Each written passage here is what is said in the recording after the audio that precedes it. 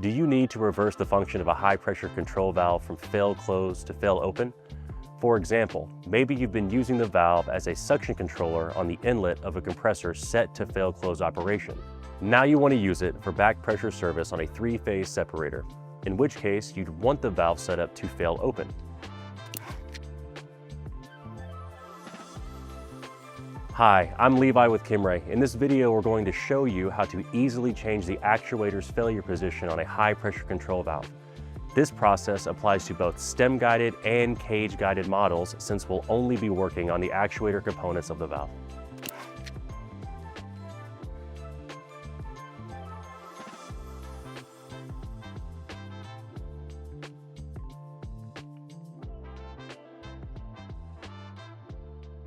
First, let's walk through a fail close, pressure open to fail open or pressure close conversion.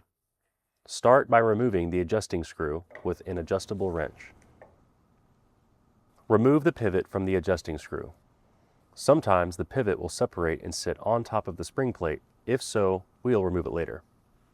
Next, use a 9/16 wrench to remove the breather plug. Use a 9/16 wrench or a socket and 11/16 wrench to remove the bonnet bolts. Then remove the bonnet. If the pivot separated from the adjusting screw, it can now be removed, followed by the upper spring plate, spring, and lower spring plate. Remove the bolts from the coupling block with a 7/16 wrench. Then remove the block and indicator tag from the stem. Next, use a 3/8 wrench on the flats of the upper stem to loosen the stem from the diaphragm assembly. Unthread the diaphragm plate, leaving the stem in the lower adjusting screw. Raise the upper stem until only a small amount is exposed. This will prevent the oil in the topworks from spilling out. Next, we need to raise the lower stem so that we can attach the two stems later without needing a supply source to compress the spring. A helpful way to do this is to attach the coupling block to the lower stem. Using only one screw will be enough. Then, using a screwdriver or a similar tool, pry the lower stem into the highest position you can get.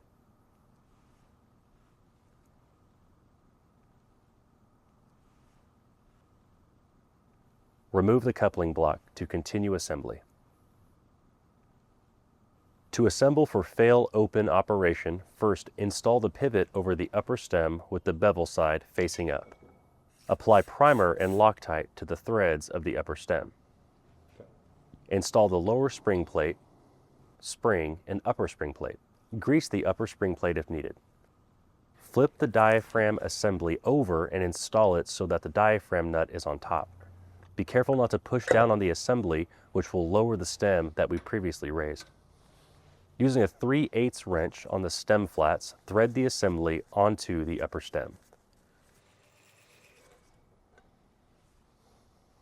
Replace the bonnet, aligning the pressure port and breather plug.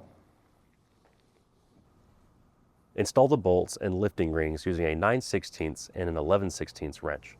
Use a crisscross pattern and do not over-tighten. Grease the O-ring of the upper adjusting screw if needed, and thread it into the bonnet with an adjustable wrench. Install the breather plug into the bottom pressure port so that the hole faces the bonnet. Use a 7/16 socket to attach the indicator tag and travel indicator onto the coupling block with the flats on top. Make sure that pressure closes is shown.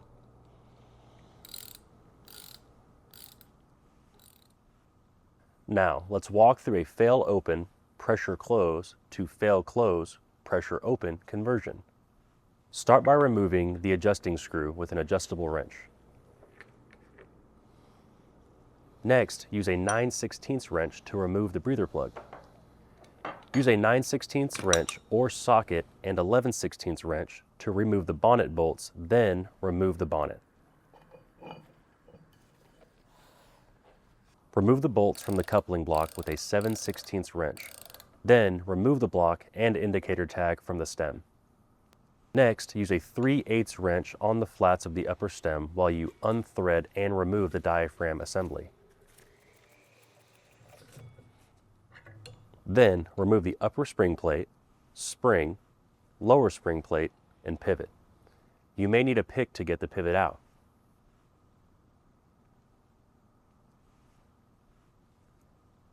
To assemble for fail-close operation, first apply primer and Loctite to the threads of the upper stem. Thread the diaphragm assembly to the upper stem with the diaphragm nut facing down. Use a 3/8 wrench on the stem flats to fully tighten it to the diaphragm plate.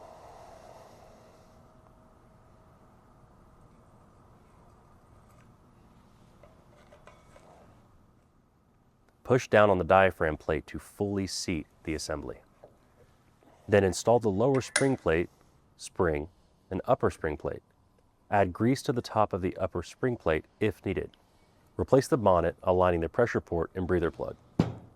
Make sure the spring plate is aligned. And then install the bolts and lifting rings using a 9/16 and 11/16 wrench. Kimray recommends tightening to 25 to 30 foot-pounds.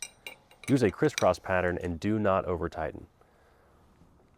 Install the breather plug on the top of the bonnet so the breather hole faces the bonnet.